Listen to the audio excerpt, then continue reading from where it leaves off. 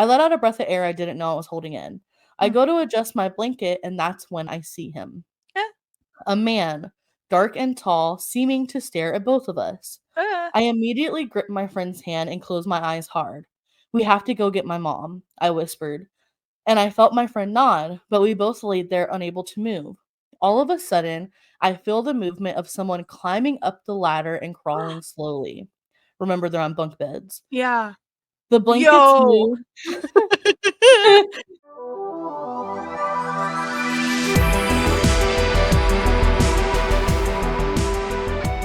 Welcome back. We're your host, Savannah. And Kaylin. Hey guys, welcome back to another episode of Two Candid Cousins. We are on episode 14, Yeah. and today we have a special guest during our mental health segment. Very excited to share that interview with you guys.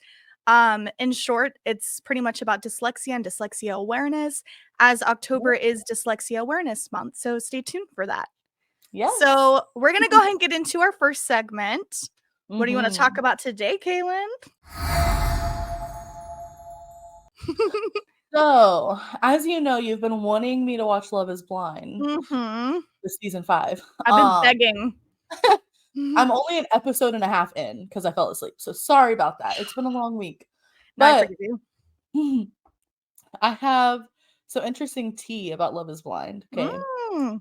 So there has been a couple lawsuits that have come out. Okay. So these are both from the People magazine, people.com. Okay. I forgot what their People website is. magazine, yeah. Yeah. So the first lawsuit I'm going to talk about is from season 2. Okay. And this Remind was me the cast in that one. Was that like the Shake and I Deep believe Tea so. one? So the guy that sued, his name is Jeremy Hartwell. Okay. He wasn't in the show long. Okay. He was one of the contestants, but he wasn't one that they focused on, basically. Okay. Like, you know I how think I there's know who all you're these talking about. other people, and then they, Yeah. like, show us glimpses, and they're like, "We're never gonna talk about them, though." He was Yeah, one of those. exactly. So I'm gonna be reading off some notes that I took from, like, the People's coverage on this. Okay. So Jeremy Hartwell has filed a lawsuit with the Los Angeles County Superior Court against Netflix, production company Kinetic Content, and casting company Delirium TV, which those are all in charge of Love is Blind, basically. Gotcha. His lawsuit accuses the 3 companies of various labor abuses, including depriving the cast of basic essentials. Oh. Yeah. The lawsuit also alleges that the 3 companies further controlled the cast by restricting food and drink at all hours of the day and regularly refused timely food and water to the cast while on set, severely restricting the availability of hydration opportunities. Oof. Yeah. Even at the hotel living quarters, food was restricted to the point of severe hunger. Makes you rethink that cutie scene. Yes. The lawsuit reads, defendants having knowledge of the fact that cast members at times would be starving, instructed the hotel staff not to provide food to any cast member that asked them for food because of hunger. In a clear effort to ensure the cast would continue to be deprived of food outside of the presence of the production team. That's messed up. And we wonder why everyone was angry and arguing. They were hangry. Yeah, I don't blame them. I would be too. Seriously. The combination of sleep deprivation, isolation, lack of food, and an excess of alcohol, Yep. all either required, enabled, or encouraged by defendants, contributed to inhumane working conditions and altered the mental state for the cast. I believe And that. that's directly from the lawsuit. I believe that. The Love is Blind team was accused of doing the alleged wrongdoings purposefully, with the lawsuit additionally claiming that this was done to maintain a heightened degree of control and direct the conduct of cast into making manipulated decisions for the benefit of the show's entertainment value. Mr. Hartwell's involvement in season 2 of Love is Blind lasted less than a week. Unfortunately for Mr. Hartwell, his journey ended after he failed to develop a significant connection with any other participant. While we will not speculate as to his motives for filing a lawsuit, there's absolutely no merit to Mr. Hartwell's allegations, and he will vigorously defend against his claims. So that's what the Love is Blind production basically said back. Okay.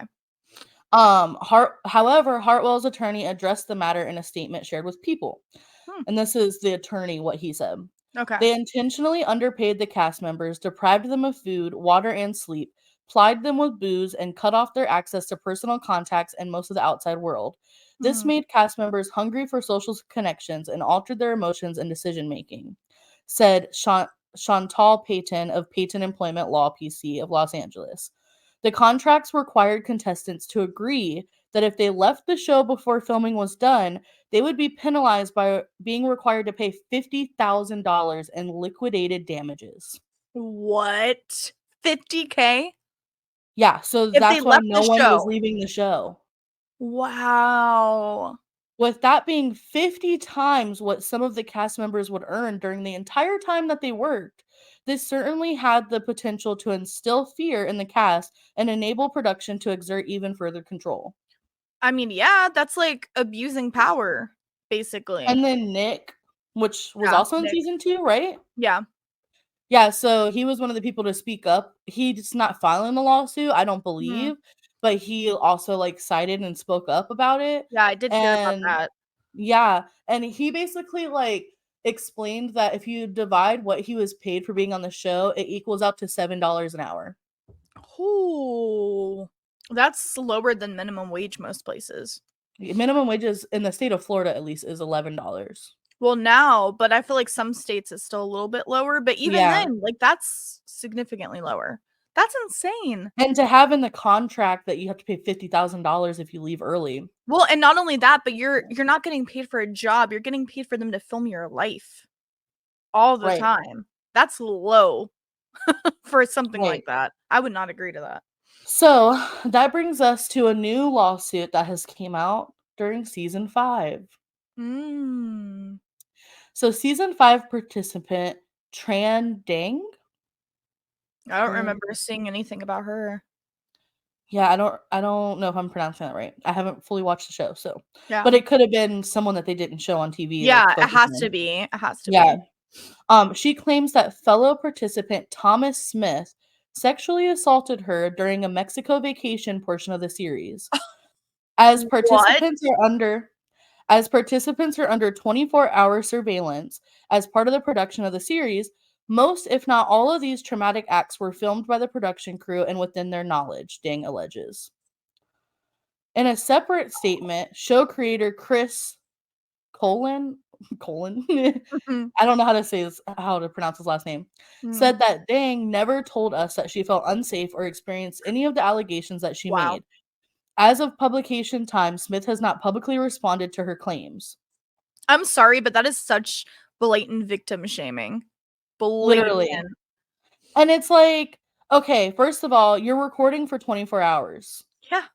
She shouldn't have to say anything. You should know, No. first of all. Exactly. And second of all, everyone is saying, "Well, why didn't she just leave? She has to be lying. Why didn't she just leave and have to pay $50,000?" Right. Hell no. Mm-mm. What? So yeah, just wanted to share that with you because I thought it was fucking crazy. And honestly, I might watch it just for the drama, but not really feeling it this year at all. Like, Same. I'm just like, everyone is so cringy. And now, so like, I already knew about these lawsuits when I watched the first episode. So now Okay. when I watch it, I'm just like, Reminded oh, of it the just shady feels behind the wrong. scenes.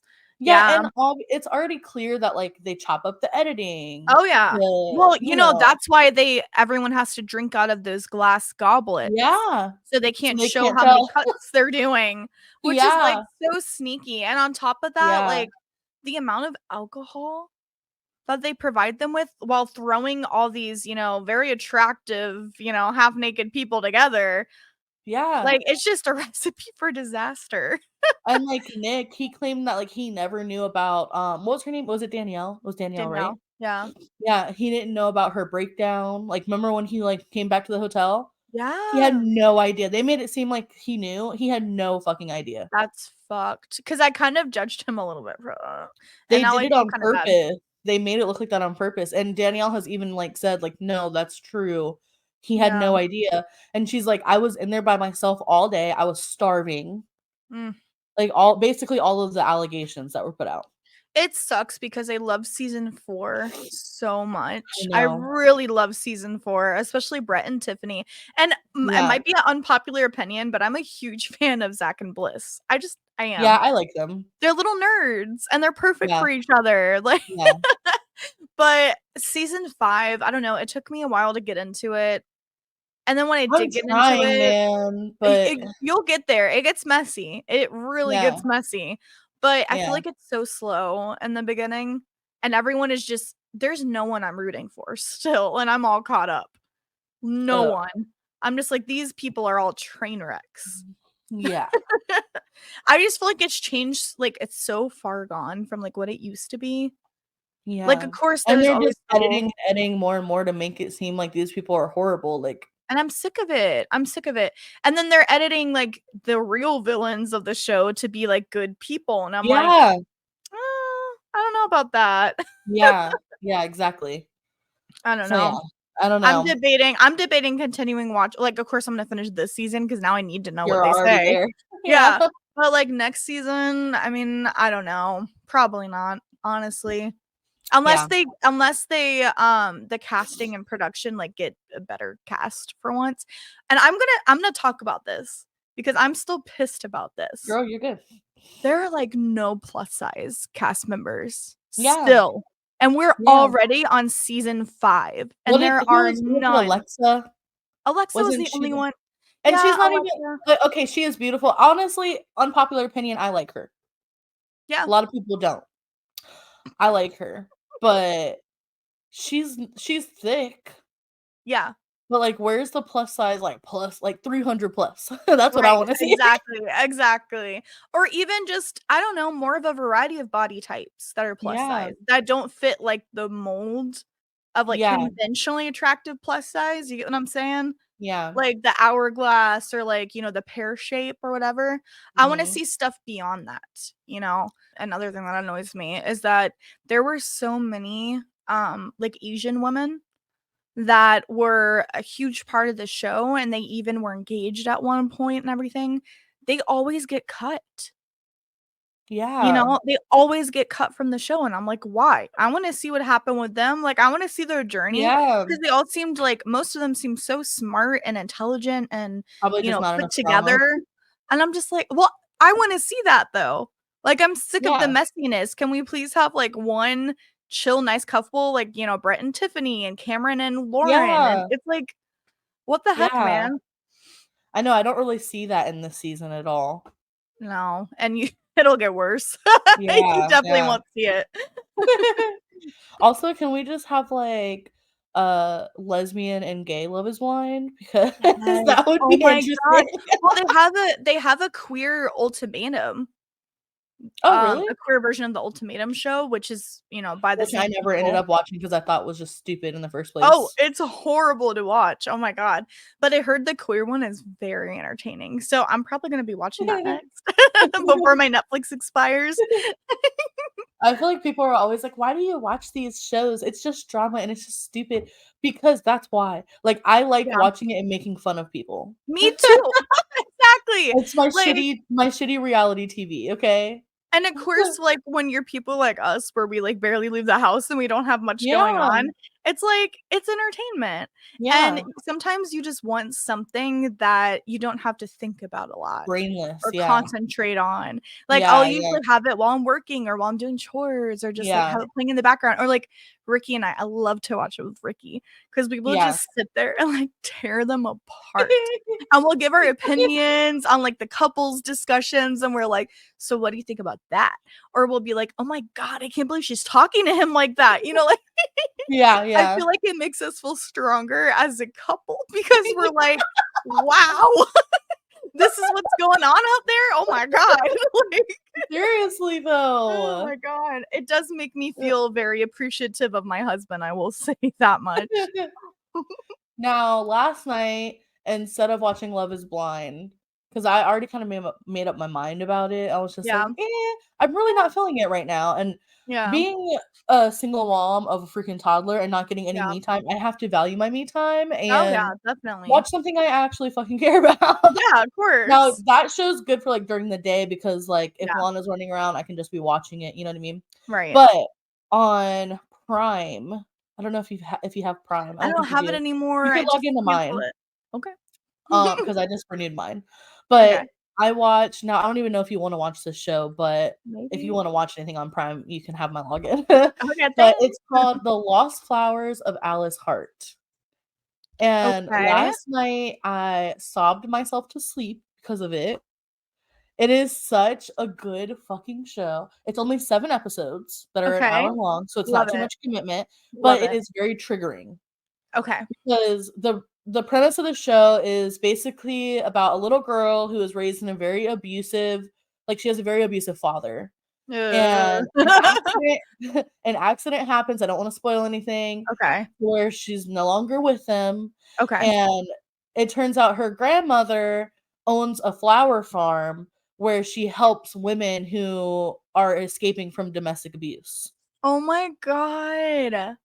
That sounds So, really good. it's about her life basically, and it is so good. It never got boring for me. Yeah, Honestly, it didn't even really make me cry until the last episode, which is kinda yeah, nice, even though it was really triggering, so for some people, it probably would make them cry, yeah. but it was Personally, good. I don't know if I could watch it just because the whole, Yeah. like, dad thing. Like, That's why I was I like, feel it's like pretty triggering, so yeah, I feel like that might be a little much for me, but I yeah. don't know, maybe I can try it, you never know.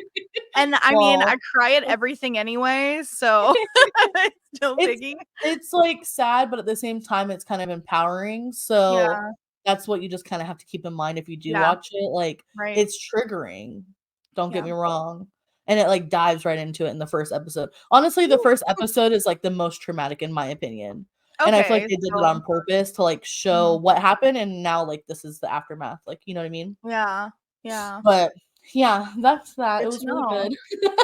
good to know. Um, I have a couple spooky stories. Okay, alright. So, if you want, I can go ahead and do one first. You had a couple too, right? Yeah, I have 2 of Okay. them, and I think you have what, 3? Oh, perfect. I Like have that? 3. So, I'll Okay, go first and then we can take turns. perfect. This is one of the ones I wanted to read last time, but we didn't have time, so What subreddit is it from, if um, you remember? I don't, not because I, like, Okay. copied and pasted it in case it wouldn't load. Oh, gotcha, gotcha, no Yeah. worries. I think it Alright, was from, True Scary Stories, I'm pretty sure. gotcha. Okay, cool, cool, cool. So, it says, "When I was about 12, I woke up in the middle of the night sometime between 2 and 4 AM. It wasn't unusual for me to wake up in the middle of the night and walk to my mom's bedroom and fall back asleep. This time was different. The Uh-oh. moon's reflection on my wall was so bright I thought it was unusual. I started to walk down the hallway and I had a habit of looking in each bedroom, down the stairs, into the bathroom, and into my sister's room. I was standing in the corner of her door, and it was right there that I saw a man about 6 feet tall, all black and no features, no hat or clothes or red eyes, standing beside my sister's bed, looking down at her. I was No! I hate these kinds of stories, fuck!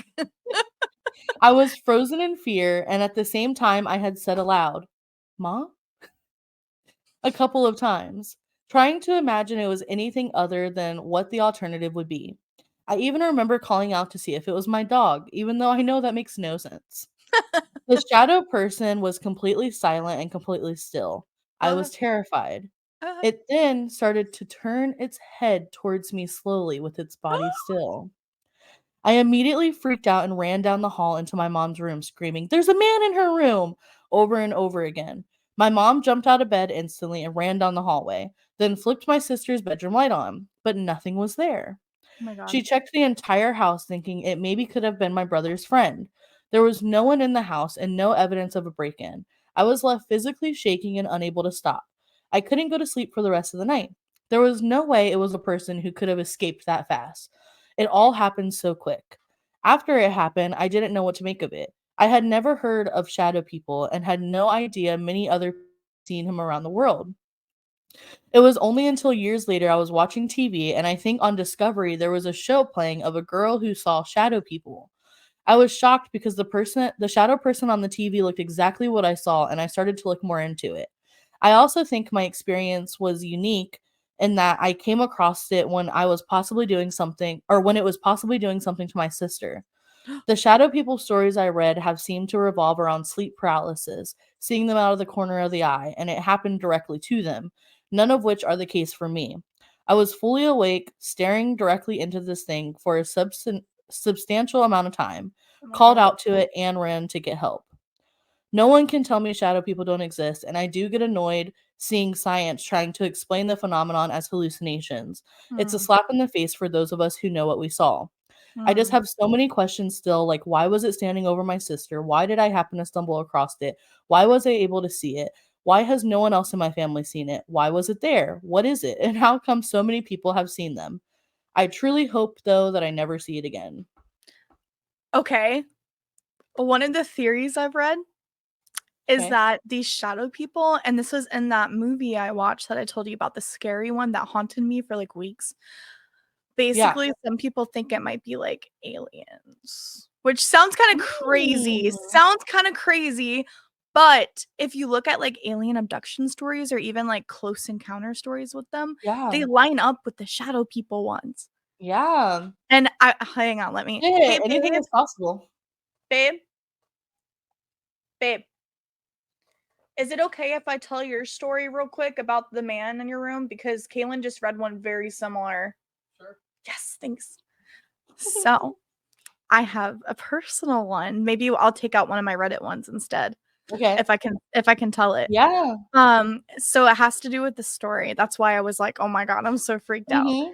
So when Ricky was like a teenager, my husband, he kind of lived in a home that was in the city, but also kind of in the woods. It was on a Okay. cul-de-sac. There were woods in the back. There was a lot of like what you could call paranormal activity that would happen in that Mhm. house, like lots of instances. And it wasn't just Ricky that had seen it. It was his Yeah. sisters, his mom, his dad, his best friend that used to come over to the house all the time. Yeah. Everyone experienced something and they're like, "Dude, something is up with your house." Well, one night, Ricky said he was in his room sleeping, and all of a sudden, he wakes up and he sees this figure standing over his bed. And he's like, "What Oh. the fuck?" And he said it wasn't that tall. It was like 5'4", 5'6", something like that. He said Hmm. he was almost the exact same height as one of his sister's, like, ex-boyfriends. And he, like, called his name. I'll make up a name for it. Clark. He's like, "Clark?" And the figure, he said, was like he assumed the figure was, like, looking at his window at this point, and he just kind of, like, went and, like, turned at him. And Ricky kept, like, asking him questions, like, "Clark, is that you? What are you doing?" Like, and he said the figure was silent, and he saw it just slowly walking towards the door, like, his bedroom door. And his bedroom door was open at the time, so the figure just walked through. Well, Ricky was freaking out, like, screaming his name and everything. So his sister and her boyfriend at the time come running in, and they're like, "What's wrong? What's going on? What's happening?" And he's like, "Is Clark here?" And they're like, "What the fuck? No," because like, this is her ex-boyfriend, you know? Yeah. And they're like, "What are you talking about? It's just us in the house right now." And Ricky's like, "Well, I just saw a man, and he was in my room, and he was about his height." And Oh my Ricky said god. he never got an explanation for it at all, and on top of that, he said when the figure was walking, he was all black, he couldn't make out any features or Yep. anything, but one thing that always stuck out to him was he saw the form of, like, a trench coat or something, like, moving behind him when Hmm. he walked, That's which when I've interesting. looked up a lot of stories about it, I've never been able to find that detail anywhere else. So, I don't know. I just thought Wow. that was really weird, but I mean, it was years and Yeah. years ago, but it stuck with him for so I've long. had a few experiences with shadow people specifically. Really? Never been able to see any clothing, so that's very interesting. I'm Yeah. not gonna share them today, but I will share them on Mhm. Halloween. Ooh, okay, I'm gonna okay. be sharing all of my ghost stories on the Hell Halloween yeah. episode is my So plan. excited. Oh my god. So, hold on, I just backed out of my No, you're good. story thing. Okay, this one is so creepy. Okay. Now, this is a teenager who wrote this. So, like I said, I'm reading these from Reddit. I don't know how true they are, Okay. but I am not skeptical when it comes to paranormal stuff. I Yeah. know you are a lot more skeptical than me only because you Yeah. haven't experienced a lot Right. really. Exactly. Which is fine. Everyone is allowed to be skeptical, like Yeah. if they need to be. You know what I mean? Like I'm not being Mhm. like you have to believe me, but I'm gonna share my story, and if you don't like it, Well, here's the thing um, though, I believe that these situations happen. I yeah, just don't know what they are. yeah, yeah. Oh no, yeah, I know, but I'm just saying some people don't believe in it at all, and if the Yeah. people watching this are those type of people, then just have fun with it. Yeah. Believe it's make believe, whatever. Yeah. So this one is called A Sleepover That Haunts Me to My Core. Ooh, okay. At the time of the sleepover, it was me and my best friend, both Mhm. age 7 or 8. We are both now 16 and 17. We haven't talked about this incident since. We lived in Florida, about No. 15 minutes away from Tampa. Great. It it was one of our many sleepovers we had, and it was no different from others. We played with Barbies, watched movies, read books, until we couldn't take it anymore and went to bed around 9 or 10. I turned out the lights and climbed up to my top bunk where both me and my friend were going to sleep. As I laid down, something immediately didn't feel right. The house I lived in was relatively old, and our landlord sucked and never came to fix anything, let alone did he only care when our rent was due. Before getting in bed, I flipped on my fan and had my mom turn the AC down. But as I got in bed, my fan was turned off. So was the AC. But I didn't think oh wait, hold on. So was the AC. But I thought the power went out and didn't think much of it. About 20 minutes go by and I can't sleep, and I feel like I'm dying of heat stroke. I'm not sure if my friend is awake, so I say her name quietly. She responds immediately saying, I can't sleep, but it's not because it's hot. I look over and I can barely see her but her silhouette.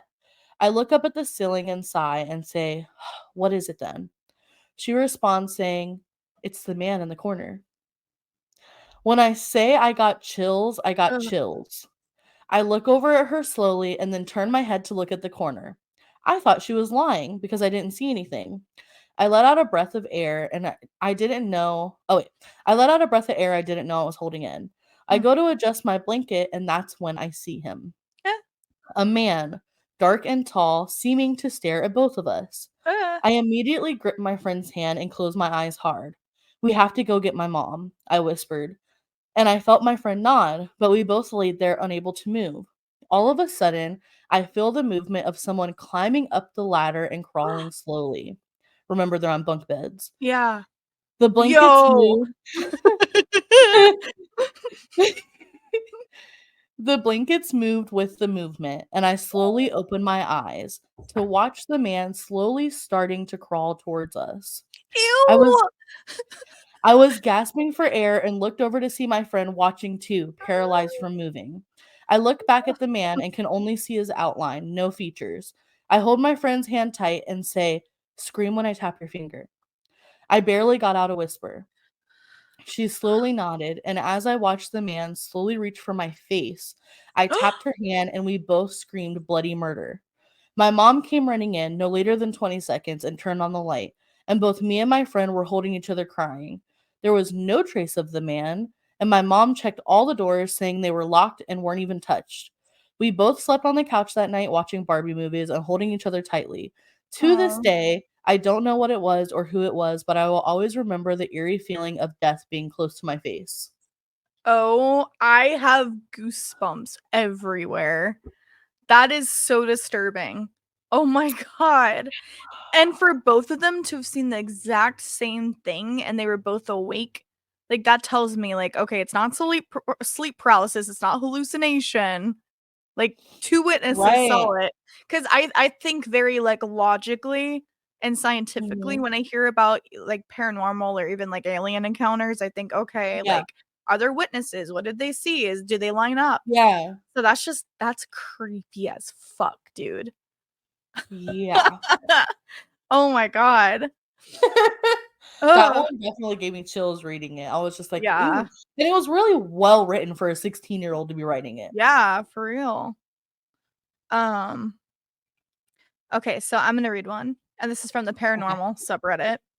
The title is "Please tell me there is a logical explanation for this because I'm now scared to go to work." Ooh. I, 27 female, live in the UK and have been a qualified nurse since 2018. I specialize in stroke and stroke rehabilitation, but also work in a private nursing home from time to time to earn some extra money. About 6 months ago, a new resident moved into the home. We can call her Jenny for palliative care for her terminal bowel cancer. Whilst with us, Jenny found out that not only had her bowel cancer spread to her liver and lungs, but she also had brain metastasis, Oh. and only had a few months left to live. After about Mm. 2 months with us, she started really freaking out when we would help her get back to her room in the evening and get her comfortable for the night. She used to shout at us to be careful of the children or don't fall in the river. When asked what she was talking about, she explained to us she could see a river flowing through her room and lots of children playing in it. She wasn't necessarily scared of the children, she just didn't want us to stand on them and hurt them. The doctors and nurses all believed that she was hallucinating due to the brain metastasis and the amount of opioid medication she was on. And we all made sure we didn't stand where she was pointing to, so we didn't stand on the children she could see. A couple of months ago, Ginny passed away peacefully, and I hadn't thought about the children or the river since. 2 weeks ago, a new resident moved into Ginny's old room. We will call her Sarah. I'd like to point out that Sarah didn't live here when Jenny was here. They have never met, and nobody would have ever mentioned Jenny to Sarah. Sarah's first week with us passed, and she was settling in well until the other night when we tried to take her back to her room for the night, and she refused.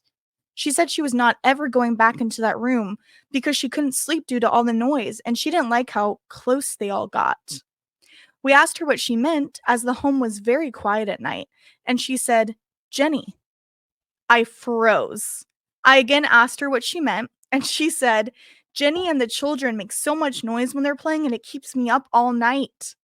Oh.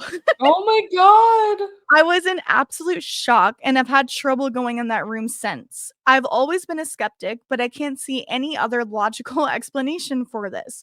I've asked other staff, and nobody has mentioned Jenny or the children in the river to Sarah. Somebody please tell me there's another explanation for this. Oh my gosh. And it looks like in the comments, no one was able to explain this. Yeah. They're like, it doesn't seem like there's any kind of, reasonable explanation. And this one really No. stuck with me because like I just told you how I'm a skeptic. I like to look at things very logically. Yeah. So to me, like that's kind of undeniable Yeah. that something happened, and there's Mhm. paranormal activity somewhere in there. Mhm. Oh, But kind of sweet though. I know. Jenny got to be with the children and play with them and keep them Yeah. company. I like stories like that. Yeah, same. So this one's called I found someone living under my couch. Ew. So you I remember you doing the one of the junkie in the The wall. mirror. Yeah. Yeah, it kind of reminded me of that. Yeah. So I was lucky enough to live in a large house when I was a kid. My father was a physical therapist. My house had a side room towards the back side of the first floor. My siblings called it the second living room because that's basically what it was. It had an old recliner, a small table, and a mid sized couch. That's it. We hardly ever sat in there. Morning, I woke up sick, told my mom, and she told me to take the day off from school and stay home. My siblings had to be at school and my parents worked, so that meant I had the house to myself. I laid around in bed for a few hours until around 10:30 a.m. when I heard steady walking coming from the first floor. Ew. I thought nothing of it at first, and I just assumed maybe my mom went in late like she did sometimes. I needed something to eat anyways, so I stood up and went downstairs to the kitchen. I made it about 3 feet in front of my kitchen's walk in doorway when I locked eyes with not my mom, but a 6 foot tall man wearing raggy and ripped up clothes. Excuse me? Hello? I was frozen in fear. I just stood there. It was only for a few seconds, but it felt like hours had passed. The My guy god. just stood there and watched me too. No expression or anything. I didn't hear him following me, but I got into my bedroom and locked the door and moved my dresser in front of it anyways. I pulled out my phone and instead of calling 911 like I should have done, I called my mom. I screamed into the phone telling her someone was in the house trying to kill me. She told me not to leave my room for any reason and called the police, so I did. 15 minutes later, the police finally show up as I could see through my bedroom window. I watched them enter the house before I left my room to run down to them for safety. I told them everything that happened. They did a quick search of the home and found nothing, not a single person or broken window or door.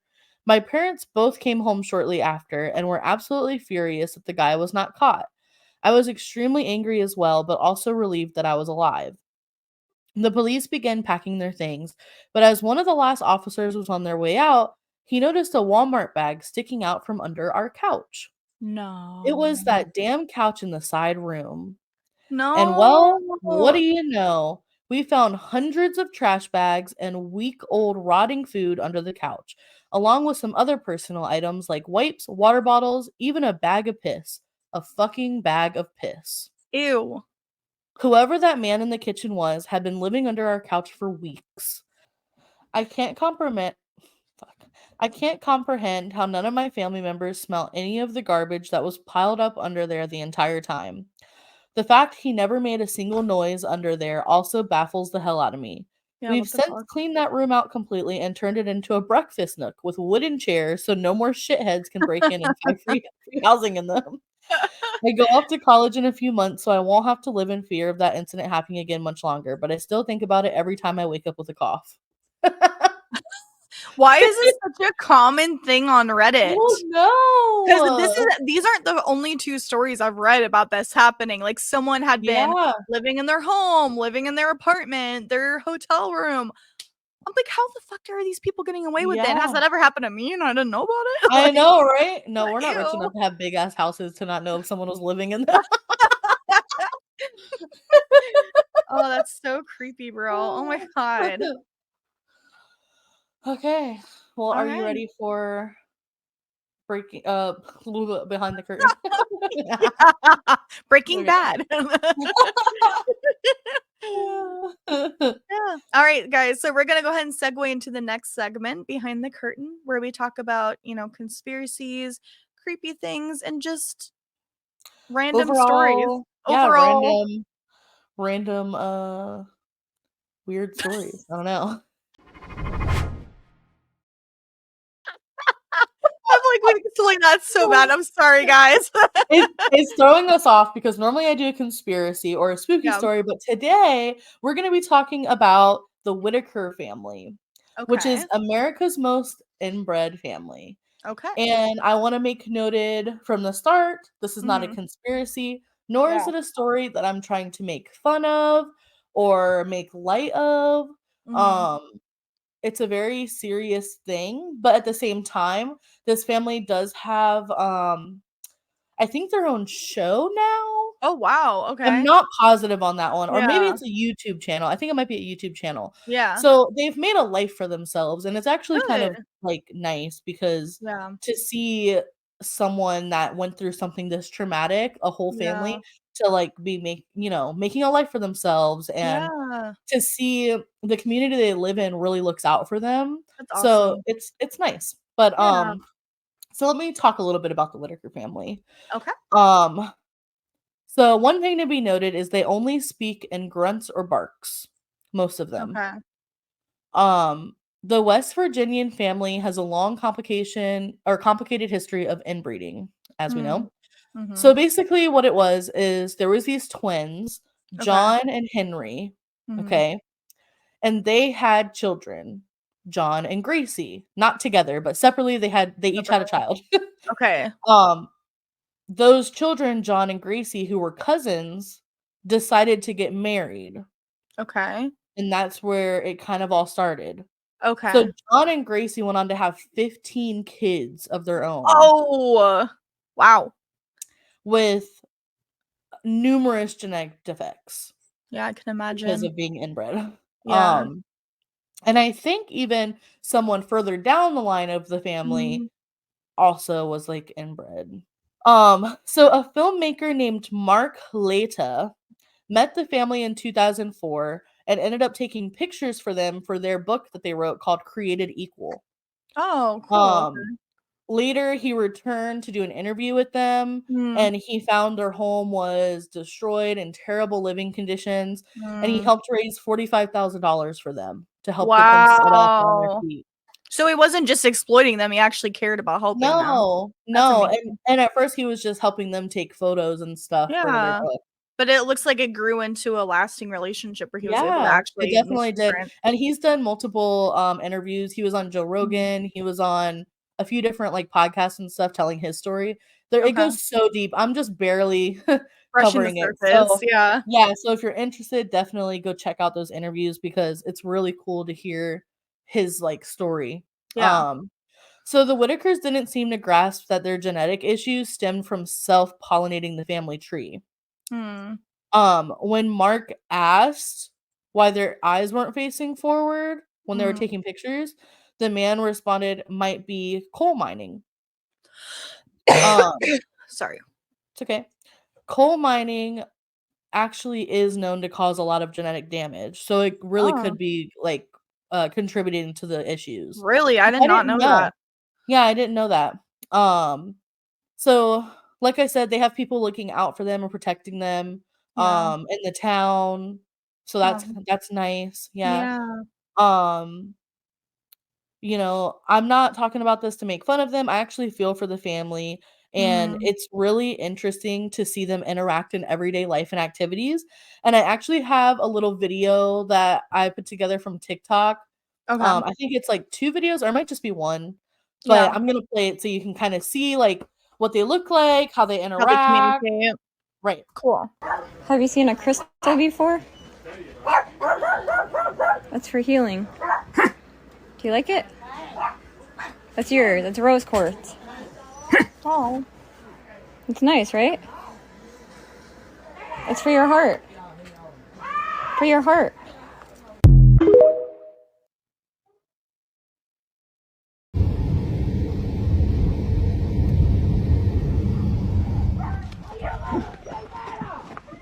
You wanted to keep the mustache. You wanted to keep the mustache. You would not let them cut the mustache.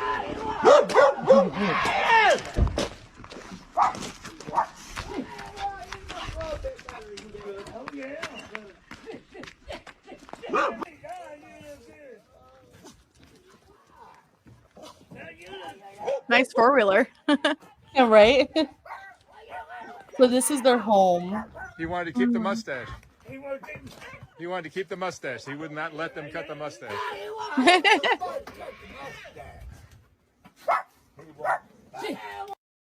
If I'm not mistaken, the guy in the background talking is Mark. Okay, gotcha. That's what I figured. Yeah. Oh yeah. You got kiwi.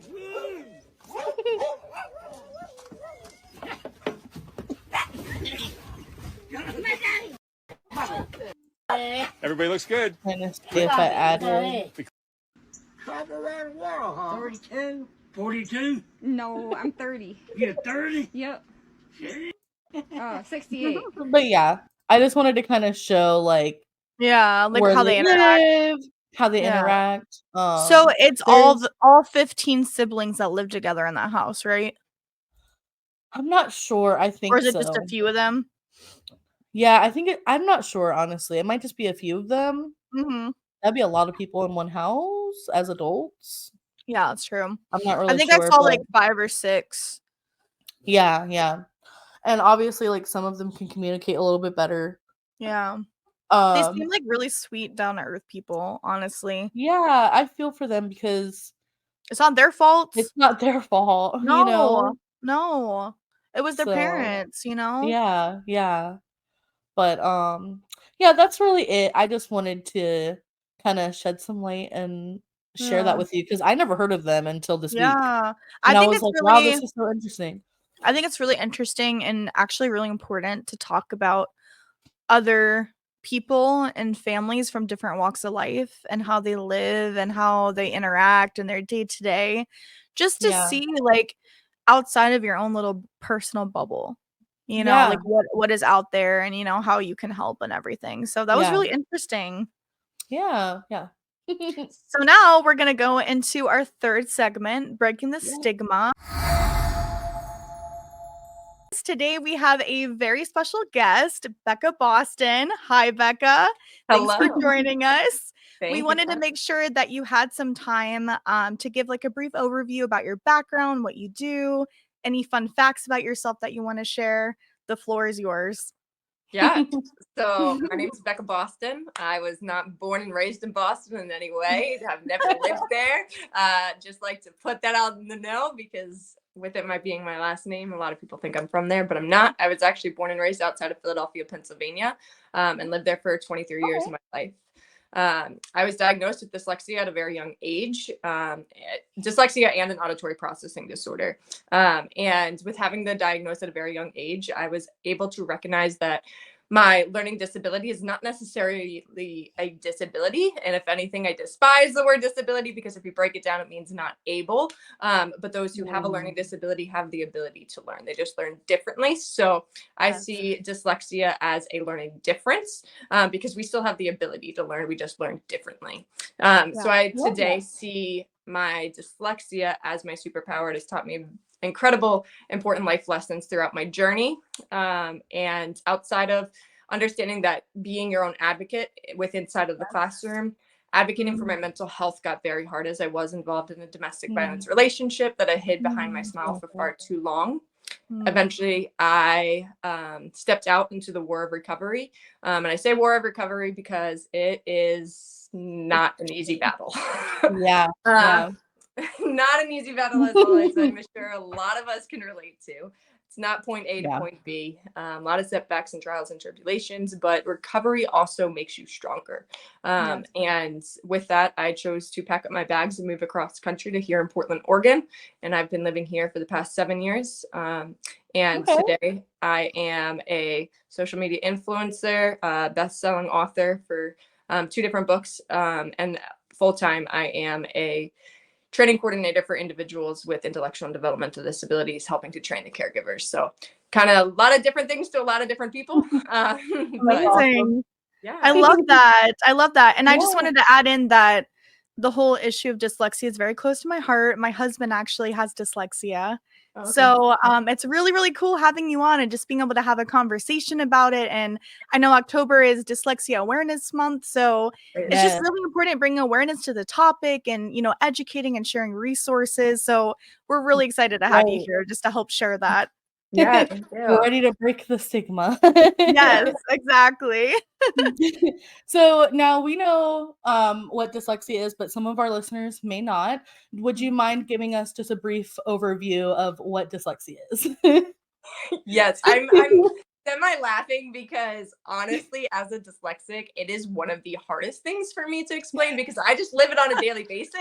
I don't know what it's like not to have dyslexia, but dyslexia is a language-based learning disability, primarily facing struggles with reading, coding words, and spelling along those lines. But it also can play a factor in a wide variety of ways, as, you know, not just being able to read a word, but you also need to understand like the syllables. So understanding that B makes the B sound. So that was something like when I was young, I remember my mom was, you know, helping me learn those syllables and all of that. And when she showed me the letter B, I couldn't put together that it made the bus sound, which is funny today to look back on because my name has 2 B's. So would I have been calling myself Becca Austin? You know, the things I wonder about that I'll never have answers to.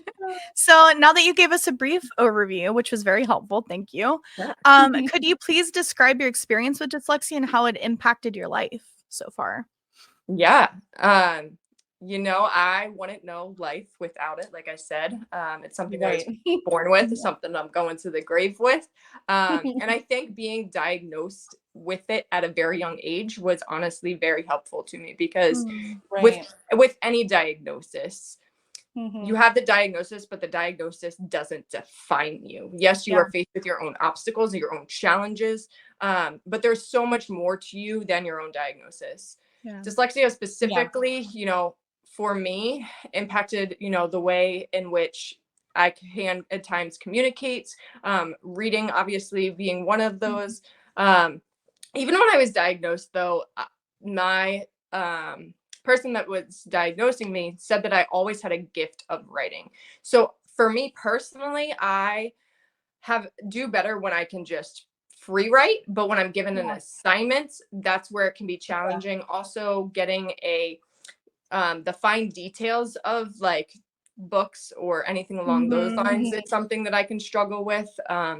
And it plays a wide variety in different ways. And I think some of it's hard to put together, like what is dyslexia and what is my auditory processing disorder. But even just having conversations sometimes, like I say to people, imagine yourself in a room and a party's happening, loud music, wide variety of different conversations are going on. And let's say you're talking to somebody about, I don't know, football. And all of a sudden you think you heard and comprehended something about elephants. I don't know, I'm making this up on the spot. But then you go on this tangent about elephants, and this person is looking at you like, why are you going off on elephants? That's what I heard and comprehended, and all I can do now is just, laugh it off and keep on moving. So dyslexia has definitely taught me to find the humor. So well, that's great. I love the outlook on it, and like you said, it's been your life, so it's hard to be like, this is how it's affecting me, because it's all you know. You know. As far as examples for like the workplace, do you have any specific examples for work or academic project where dyslexia posed a challenge and how you overcame it? Because I know with work it can be especially difficult or challenging in times, Yeah, I'll give an example for like school and then also come to work. I know for me, when I was growing up, one of the things that I really struggled with was history. And no matter how hard I studied, it was really challenging for me to get near an A.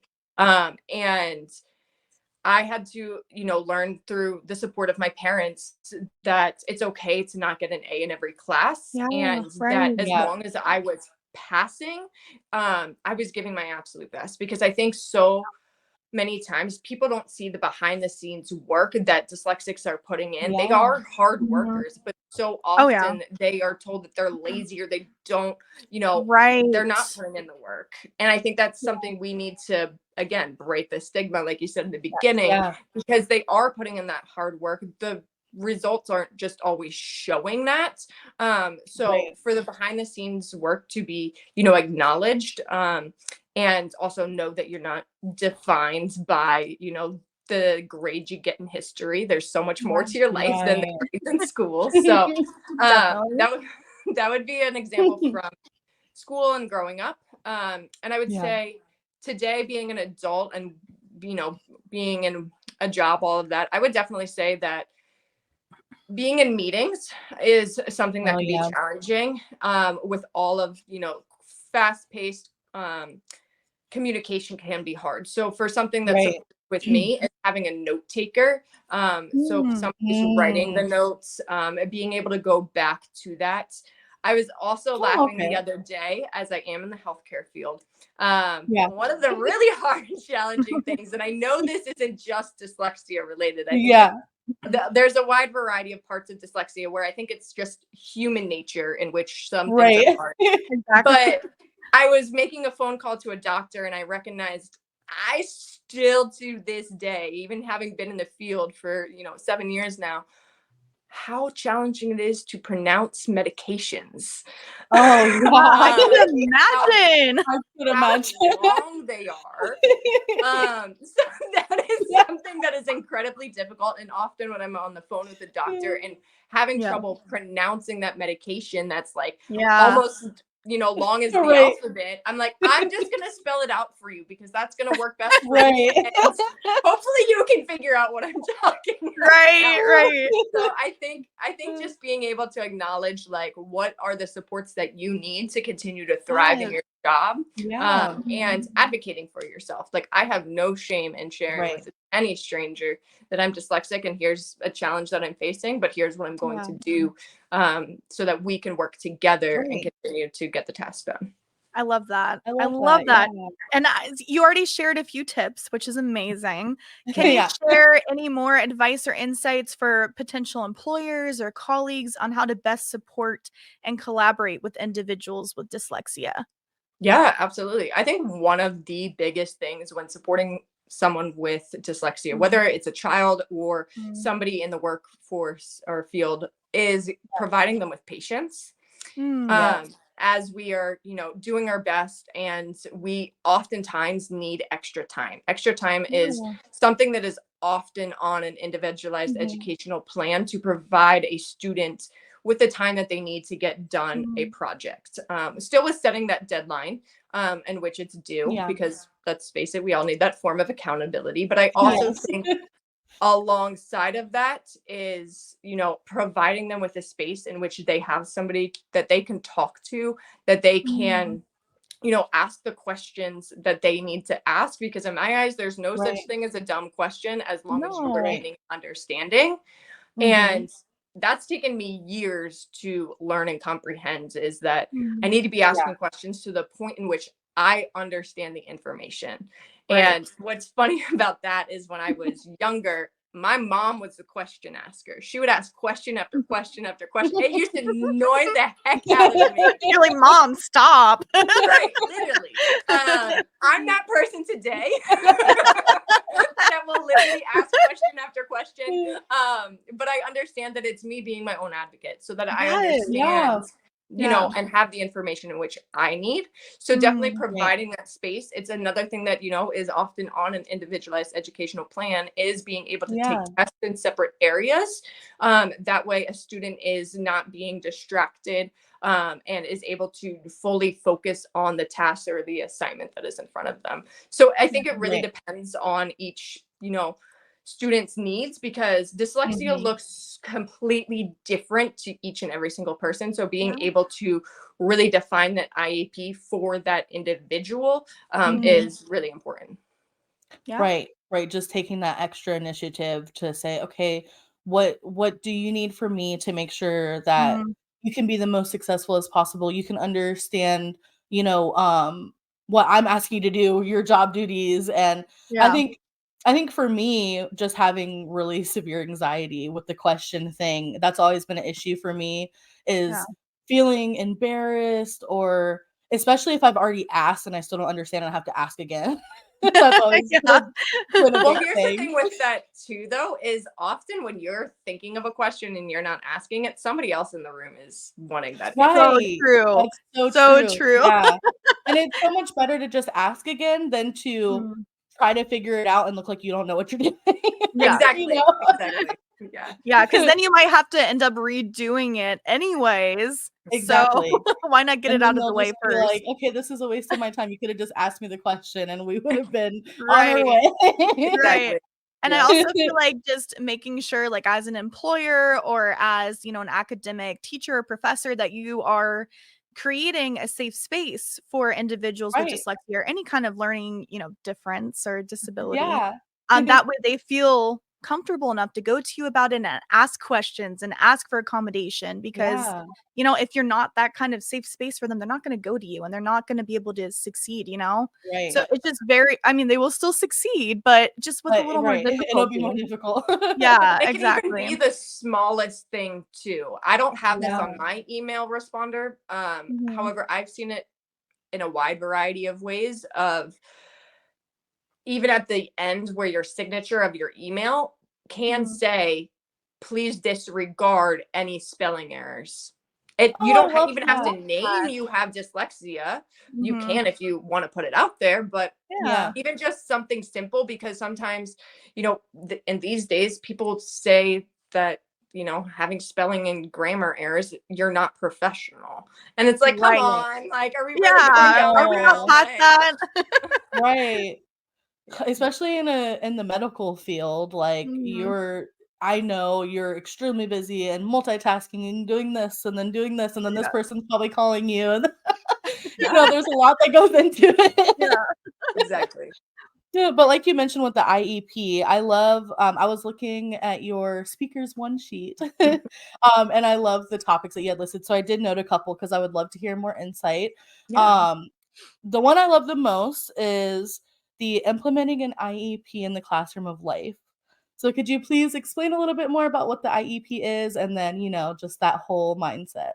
Yeah. So again, kind of breaking down IEP is a individualized educational plan. So this is a very specific plan for the individual. I believe that the individual needs to be involved within this. That Yeah. includes the individual, their parents, their teachers, and everybody working together. That way the student can thrive within the classroom alongside of the accommodations in which the individual and child needs. And it's created for, the classroom environments, especially Mhm. when you're in school aged years of up to, senior year, 12th grade. Mhm. And after that, you are kind of left to advocate for yourself. Now, many Yeah. colleges do have, disability services, ways in which you can go about receiving accommodations. It's Mhm. also important to recognize that not every professor or even teacher in school is going to understand the importance of your accommodations. Right. So Right. being able to learn what you need, why you need it, and then being able to advocate for that in the classroom is super important. The thing I've learned as an adult is that we are all students within this classroom of life. If we want to continue to grow, we have to be willing to learn. But with Yes. that, as somebody who has a learning disability, I've had to recognize and acknowledge like I need to continue having my individualized educational plan. It's of course it's going to Right. look different, but I'm not going to be able to continue to grow in the classroom of life if I don't have my IEP. So for me, that's again like going back to recognizing that I thrive when I'm able to listen to podcasts that I can pause here, slow down, or go on Right. to Audible, which is an app Mhm. Yeah. to listen to books, and have my book in front of me. So finding those, different aspects of what you need within the classroom of life to thrive. I know other people have said that being a part of online courses to get through college has been supportive, so that way they can listen to a recording of a class and go back and be able to, pause and take Yeah. notes, because that is another challenge that some people face is they're trying to take notes, but it's Mhm. hard to kind of, multitask with listening Right. and taking those notes. Or your IEP in life could be having a computer. I know for me, that is, I have Mhm. a computer for work, which makes it Mm. 10 times faster because I type a lot faster than I can write. Right. So really Right. discovering what you need in the classroom of life, so that way you are Yeah. continuing to grow as a student within life. I Mm. love that. That's Whatever awesome. tools. Yeah. That's And great. like Kaylin said, we wanted to just elaborate on a few of your speaking topics. The first one was, the IEP. The second one, can you speak a little bit on your topic, strength is giving your pain a voice? Yeah. So, as I mentioned, I was involved in a domestic violence relationship Mm. that I hid Mhm. behind a smile and outgoing personality for Mm. far too long.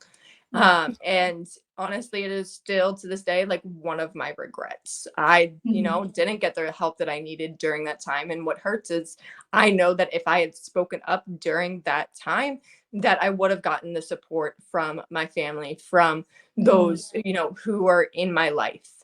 Yeah. Right. Unfortunately, we can't go back and redo our past. And I Mhm. think one of the things with regret is you can continue to allow regret to consume you, or you can allow regret to be your biggest motivation. Mm. And as Yeah. I was continuing to put the work into myself, allowing myself to heal, allowing myself to take control back of my life, and no longer allowing the flashbacks of my past to, control my life, I began to recognize that my biggest strength in that season of my life was giving my pain a voice Mm. and receiving the help that I needed in that time. And that was in the midst of the pandemic, because for me Right. during that time I was, in the healthcare field, and the world, my Mhm. world didn't shut down. I was still showing up for work. Right. And Yeah. I was burnt out, and Mhm. I really needed to give my pain a voice, so I wasn't going to be relapsing within my self-harm journey and, all the mental health factors that I was Mhm. facing. So as time Right. went on, I just had to recognize, my strength is me showing up for me, putting the Yeah. work into myself Yeah. and taking those small steps forward, because so often people want to take the big jump to success, right? Right. And at times Yeah. it happens for people and you see people succeed. At the Mhm. same time, it comes with a lot of pressure. So I think when you can begin to celebrate yourself and celebrate the journey along the way, Yeah. one, you fall in love with the journey, right? I have fallen in Yeah. love Yes. with self-help and personal development and putting the Absolutely. work into myself. But Mhm. you have to be willing to celebrate those small wins. And maybe that small win is Yes. you getting out of bed. Like that is Right. when Yes. you are facing Yes. depression, when you are going through it, Right. it is hard, and you need to celebrate that. Maybe the next day it's you getting up and going outside for a walk. Like it is these small Yes. things that we need to celebrate along the way, so Mhm. that we're also not losing sight of ourselves. Mhm. Yeah. So for me, it's just been this whole journey of redefining what strength is and Mm. speaking up about that, because I often say your strength isn't about how hard you can take a hit, how much you can Right. handle. Your strength is being willing to let go and Mhm. cry it out if you need to cry it out, right? Yeah. Like there's Right. Yeah. strength within Absolutely. that, because your tears are watering your seeds of greatness so that you can continue to grow within this beautiful nature of life. I I love love that. that. And also, like, healing isn't linear. It's not gonna be a Mhm. perfectly straight path, Nope. full of easy going. It's gonna be, you're gonna have hard days. You're gonna have good days. You're Yep. Absolutely. gonna, relapse, come back a few steps. But, Yeah. Yeah. ultimately, you're every day, every time you get out of bed, every time you do something small, like you said, it's one step closer to getting where you need to be. Right. Yeah. Yeah. One thing I've had to learn this year is when it comes to self-growth, it's kind of never ending.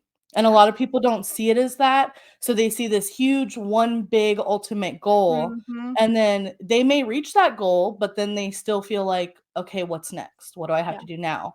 So if Mhm. you kind of look at it like that, of it, there's not one huge ultimate goal in the end, then it's a Mhm. lot easier to take it day by day and step by step, and just very be grateful for the progress that you've made so far.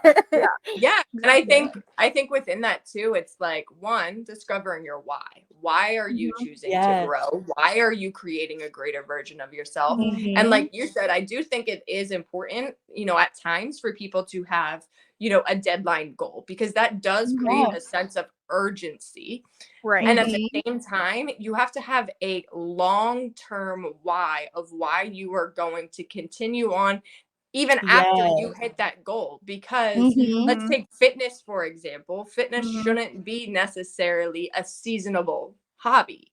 It should Yeah. be a Right. lifestyle change in which, people want to create. And I'm not trying to go down the whole like you got to go to the gym, but like what's the No. movement you'll Yeah. want to do? Do you enjoy Right, curling? Exactly. right. Do you Yes. enjoy, I don't know, Zumba, yoga, Yeah. whatever it is Whatever it for, is you enjoy. a wide variety of different people. But for me, it's been the gym. Um, Right. Yeah. but finding that long-term why and that long-term Mhm. goal, with the understanding that there's going to be different seasons in which you have to Yeah. redefine Yeah. your why and redefine your goal, right? So for Definitely. example, for me, Yes. within my fitness journey, I am 90 pounds down from when I started. And Congrats. Congratulations. thank you. That's Um, awesome. and one thing that I've had to learn is that, I got to a point in which I was like, I never expected to be where I am today. Why do I want to Yeah. continue forward? What is my Mhm. next goal? Why is this important Right. to me?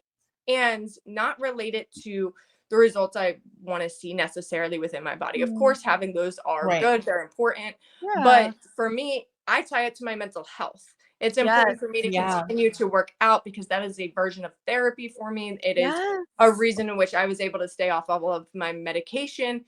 Mhm. And for me, it's also being able to recognize that as I continue to grow, as I continue to take on this new pressure, as you begin Mhm. to level up, that the gym is a Mhm. place in which I can go to let go of the pressure and just zone in. Right. Yeah. And, you know, ultimately it's bettering both. It's bettering my mental health and bettering my body. So I I think love just that. redefining your why and the results in Yeah. which you want to see.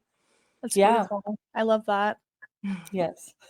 I love seeing your TikTok videos as I scroll. They're always so inspirational. I'm like, oh, hold on. Let me see what she Thank has to say.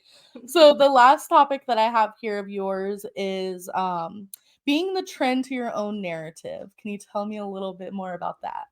Yeah. This came about as you mentioned TikTok. I jumped on TikTok, you know, never expecting to be where I am today. Mm. I Yeah. really jumped on in 2020 when we were all bored in the house bored. If you've been on TikTok since 2020 and you know that sound, you Yeah. know. Yeah, definitely. I'm like, those who know. But if you don't, a lot of us jumped on TikTok because we were bored in the house and we were looking Right. for that. We were looking to build community, and TikTok became our place.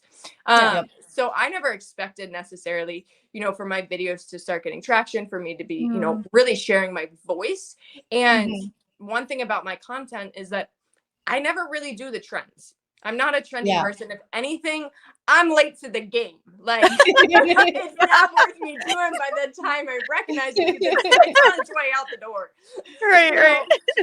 So, not doing the trends, but still being able to see that I'm getting, you know, a following and all of that. I began to Mhm. recognize that, you know, I'm the trend to my own life. Yeah. I'm setting a trend that Yeah. I want people to see. And it's been a Mhm. journey, as we are talking about, like, results don't happen overnight, right? Right. But Mhm.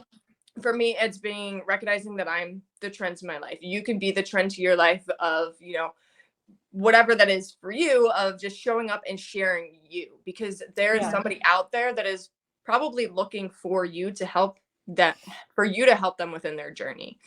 Yeah. And the other thing within that is also just focusing on the one person impact. So we all want the millions of followers, right?